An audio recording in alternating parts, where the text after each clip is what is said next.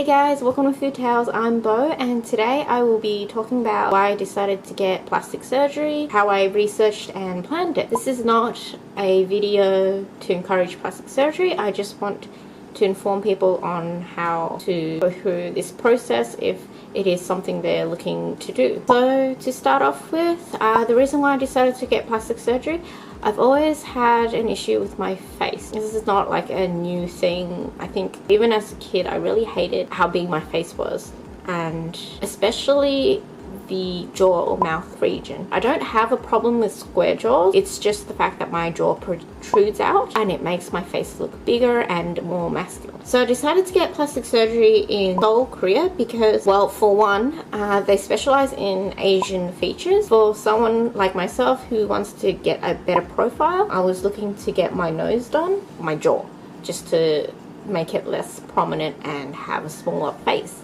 at least in the lower section of my face. Surgery is a common thing there, so the doctors there are very experienced. You know, they do surgery every day and they're the type of doctors that specialize in a certain surgery. So you'll have a doctor that does jaw facial surgery every day.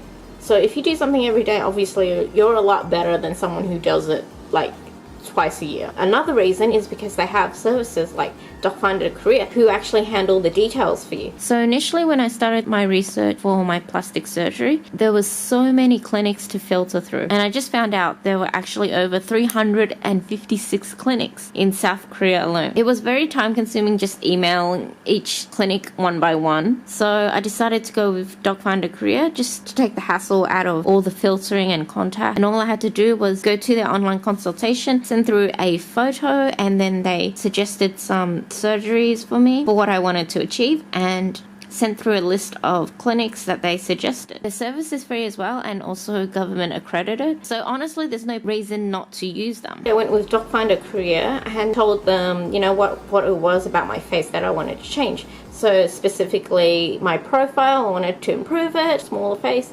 and they recommended to me that I needed rhino, which I agreed with, and facial contouring. They showed me a list of clinics and surgeons, and I decided to go with ID Hospital, which I'm very glad I did because they're very professional and they made me feel so safe when I went to the consultation. So when I flew into Seoul, Anna was there to meet me, as well as the driver. So DocFinder Korea actually has a service where they drive you from the airport to your accommodation, and then anytime you need to go to your clinic, your case manager will be there with you. So Anna was always there with me every time we needed to go to ID Hospital. And for our first consultation, oh, it is huge, 16 floors, huge building. Huge building. It didn't feel like a hospital there because it was so stylish.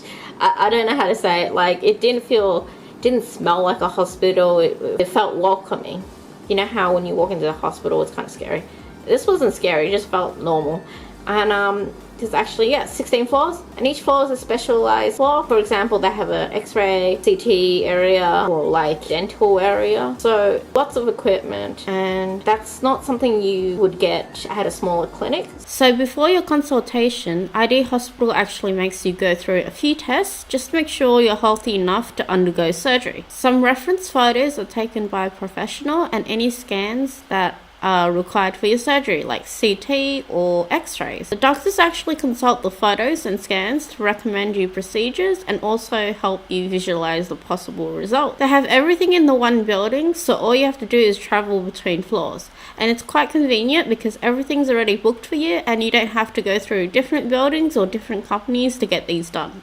We had our pre-consultation and I told them, you know, all my concerns, and I met with the doctors that would be doing my procedure. So initially I was scheduled for rhinoplasty and facial contouring, and I met with Dr. Sung. I didn't end up getting rhino, but I wanted to include this just to show how a consultation will go.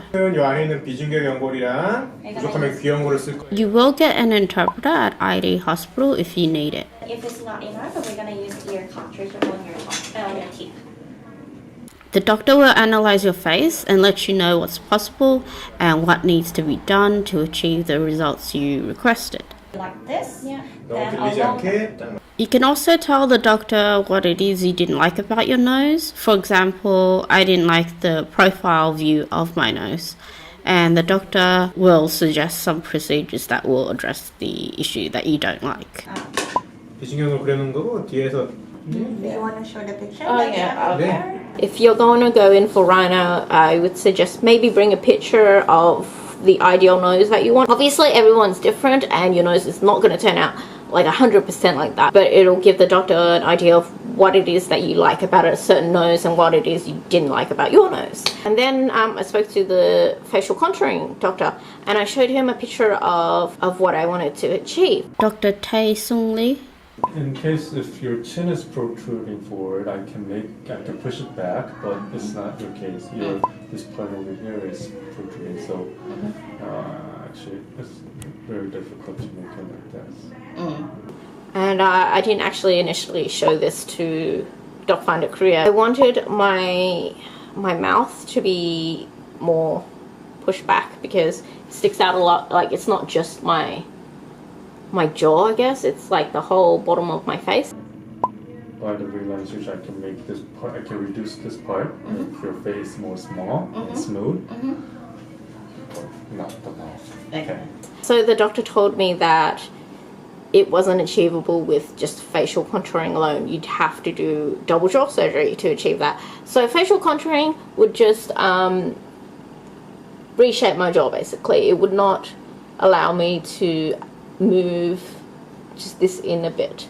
So for those of you who are unfamiliar with orthodontic surgery or double jaw surgery, I thought I should explain it a bit. So there are two main reasons why someone would undergo double jaw surgery. The first reason is medical, to fix poor jaw alignment, such as an underbite or an overbite. Some people develop an uneven bite, which causes inconvenience or pain, like mouth breathing, which causes dry mouth and sore throat, or difficulty chewing with an open bite, which results in wearing down certain teeth more. And people also have problems with spitting or drooling because your body has to make more saliva to keep your mouth moist from being open all the time. These things get worse with age, so getting double jaw surgery to fix the problem early is a good idea because surgery is very difficult to recover from with age. The surgery also fixes your face aesthetically, which is the second reason why people get the surgery and is also the reason why I chose to get the surgery. The surgery involves making an incision in the top jaw and the lower jaw and allows the surgeon to move the mouth area and align it and fix it in its new position. This is the reason why I was recommended this surgery, because the results I wanted could only be achieved by repositioning the top half of my jaw and the lower half of my jaw. ID Hospital offers a no-tie surgery, which after recovering from the surgery I can say is a godsend because basically the procedure is done without having to tie your mouth shut, which allows you to breathe, which is already very difficult after the surgery. It also allows you to eat sooner, which helps with recovery. So in the end I went with double jaw surgery to address my mouth protrusion, Vline angular jaw correction, and genioplasty because my chin would have moved. So the reason why I also chose ID was because all their anesthesiologists are full-time, but they stay in the operation room with you the whole time. So with other smaller clinics, they can't afford to keep an anesthesiologist on payroll the whole time. So they just, have, part-timers or schedule them in. And I think it's just a better choice to have someone that's familiar with the doctors and the operating room. Being in the situation that is probably the most dangerous part of the operation. So after a long time I decided to go with double jaw surgery. So I was supposed to have my surgery yesterday, but here we are because I decided to have double jaw surgery instead. So the next day we came back and I had to do my wafer. We had to redo a few scans as well just to get my pictures of my jaw. The lighting is quite flat so you see everything. You see all my jaw and like the misalignments and everything, and a few scans as well. And we had a second consultation. Okay. Alright, let's have a look with your pictures and x-rays. Well, as I mentioned yesterday, the main problem is from your profile. You can see your upper lips are a little bit protruding forward, and your lower lips also, this part of here, you have to make it look more backward. Yeah. So how I am going to do the operation is by cutting your bones over here and over here. So this part will be movable. I'm going to rotate this like this. So if I rotate it like this, your upper lips will go backward and your jaw will go backward also. And your chin, it has to move a little bit forward. So that's how I'm going to do the operation. Okay. But as you can see here, if I push your jaw backwards, the angles, I have to reduce a small amount. That's fine. Okay. I can't leave it like this. But, I'm not going to remove it totally. Okay. Dr. Tae Sung listened to my concerns about my ideal jaw shape and planned my surgery to my request, which was that I wanted to keep my square face kind of, but just smaller and to not have a pointy V-line. Much more better than now if you see it from your front and your side. Yes, it will be okay. We basically decided that I needed just a little off here, and this to push back a bit, and a little bit of chin just to balance it out. And that was actually what I did when I photoshopped my picture. So the doctor definitely knew what was going on and what he's talking about. After that consultation, we went and got my wafer made down to the dental area. So we sat down and I had to get 3 different molds made. So the first one was a soft mold, and it tasted like bubblegum. It was very weird texture, honestly. It's like squishy and bubblegummy, and it actually got stuck to my tongue and I was freaking out, but it was okay. You just gotta breathe through your nose, and once you pulled it out, well, it was fine. Second one was more like a hard one, and it came out of a squirt gun, which I was kind of scared about, but it was fine. It was just the same stuff. It was just a bit harder. And 3 was just a bite down. Then they finally measured my face just to line the middle of my teeth, make sure that everything sits where it should sit by the end of the operation. That mold is supposed to go in between my teeth and tie it up, hold my jaw in place for about a week. So it's the day of the surgery, and you have to fast before the surgery. So my fasting time was from midnight to 10 a.m, which is when my surgery is. So yesterday we actually picked up my wafer. They just sliced it and reshaped it, I guess. I couldn't really see, I was under a cloth, but after that we went to get some x-rays done to check out my lung condition, and I was glad to have Anna with me so she could translate and tell me what to do. And then put your chin up into the dent. Okay. And then push forward your upper body. And then you're going to start. Take a deep breath, as deep as possible until your lung is fully expanded. And then hold the breath. So when I arrived at ID Hospital on surgery day, I had to change into some pajamas and slippers.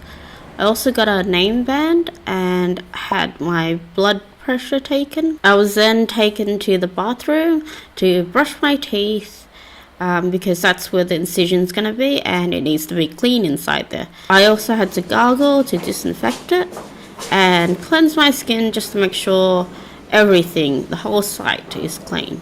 We went to the consultation room for the last meeting with Dr. Tae Sung.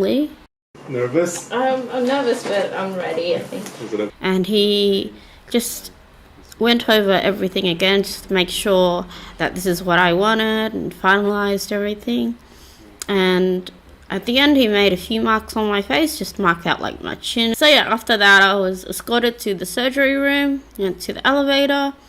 I was feeling pretty good at the time, but I think that's because I didn't know how unprepared I was for what would happen when I woke up. So this is where I'm ending this video today.